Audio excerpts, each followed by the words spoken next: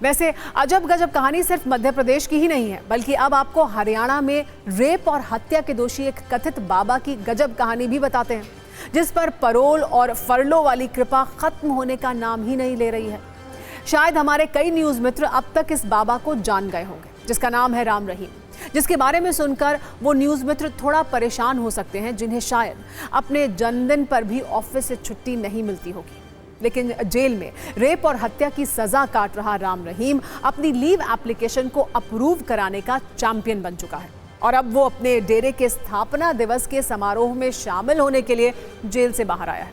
वैसे रेप और हत्या के दोषी राम रहीम का जेल से बाहर आना अब कोई बड़ी खबर नहीं है, बल्कि एक नोटिफिकेशन है, क्योंकि राम रहीम के लिए अब ये आम बात हो गई है। गुरमीत राम रहीम को एक बार फिर 21 दिन की फरलो मिल गई है। राम रहीम डेरा सच्चा सौदा के स्थापना दिवस के 77वें समारोह में शामिल होगा।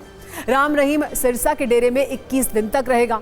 लेकिन खबर राम रहीम का जेल से बाहर आना नहीं, बल्कि बार बार उसकी छुट्टी का अप्रूव होना है, क्योंकि 2017 से अब तक राम रहीम 13 बार जेल से बाहर आ चुका है।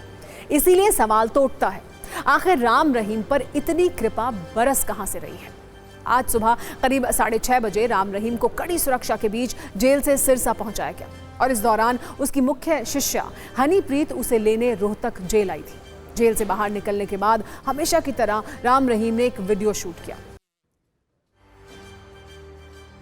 लेकिन अब राम रहीम को लेकर आपको जो कुछ हम बताने जा रहे हैं उसे गौर से सुनिएगा, क्योंकि इससे आपको अंदाजा हो जाएगा कि जब पैसा हो, पावर हो, रसूख हो और राजनीतिक कनेक्शन हो तो जेल की सलाखें भी आपको ज्यादा दिन कैद नहीं रख सकती। कभी फरलो तो कभी परोल के नाम पर राहत वाला चढ़ावा बाबा पर चढ़ता रहता है। इसका अंदाजा आप इस बात से लगा सकते हैं कि गुरमीत राम रहीम 25 अगस्त 2017 से जेल में सजा काट रहा है, लेकिन अब तक उसे 13 बार जेल से परोल या फरलो मिल चुकी है। 2020 में राम रहीम 1 दिन के लिए जेल से बाहर आया। 2021 में 2 दिन जेल से बाहर रहने की इजाजत मिली। 2022 में 91 दिनों तक राम रहीम ने परोल और फरलो का सुख उठाया। 2023 में 101 दिन तक राम रहीम पर आज़ादी वाली कृपा बरसती रही। 2024 में परोल और फरलो वाला ये नंबर 91 दिन हो जाता है, जबकि इसी वर्ष वो 28 जनवरी 2025 को 30 दिन की परोल पर जेल से बाहर आया था।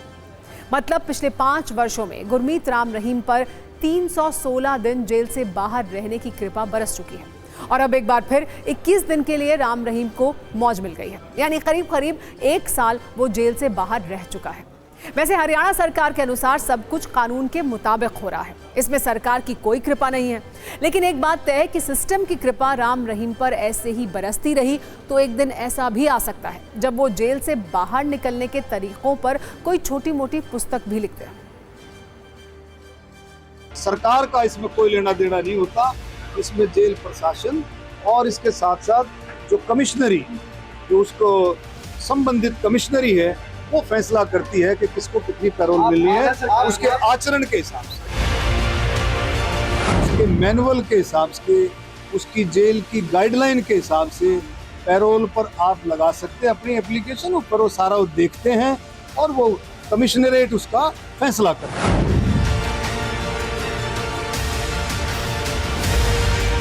हर एक कैदी का अधिकार होता है वो 1 साल के अंदर 70 दिन की पैरोल और 21 दिन की फरलो ले सकता है। 70 दिन की पैरोल में से 30 दिन की पैरोल पूज्य गुरुजी पहले ले चुके हैं, 40 दिन की बकाया है और 21 दिन की फरलो उन्हें आज स्टेट की कॉम्पिटेंट अथॉरिटी ने दी है। पूज्य गुरुजी की फरलो या पैरोल को किसी प्रकार की राजनीति से ना जोड़ा जाए। पूज्य गुरुजी का राजनीति से किसी प्रकार का कोई लेना देना नहीं है। और अब नजरिया 9 कहते हैं कि कानून सबके लिए बराबर है, ये भेदभाव नहीं करता। लेकिन राम रहीम जैसे लोग इस व्याख्या को गलत साबित करते हैं। क्या वीआईपी लोगों की तरह सजा भी वीआईपी और सामान्य कोटे की होती है? हो सकता है राम रहीम को जो परोल और फरलो मिल रहा है वो नियमों के तहत हो, लेकिन क्या ये डिस्काउंट नैतिकता की कसौटी पर जायज है? क्या इतना ही डिस्काउंट किसी आम कैदी को भी मिलेगा? इस पर विचार कीजिएगा।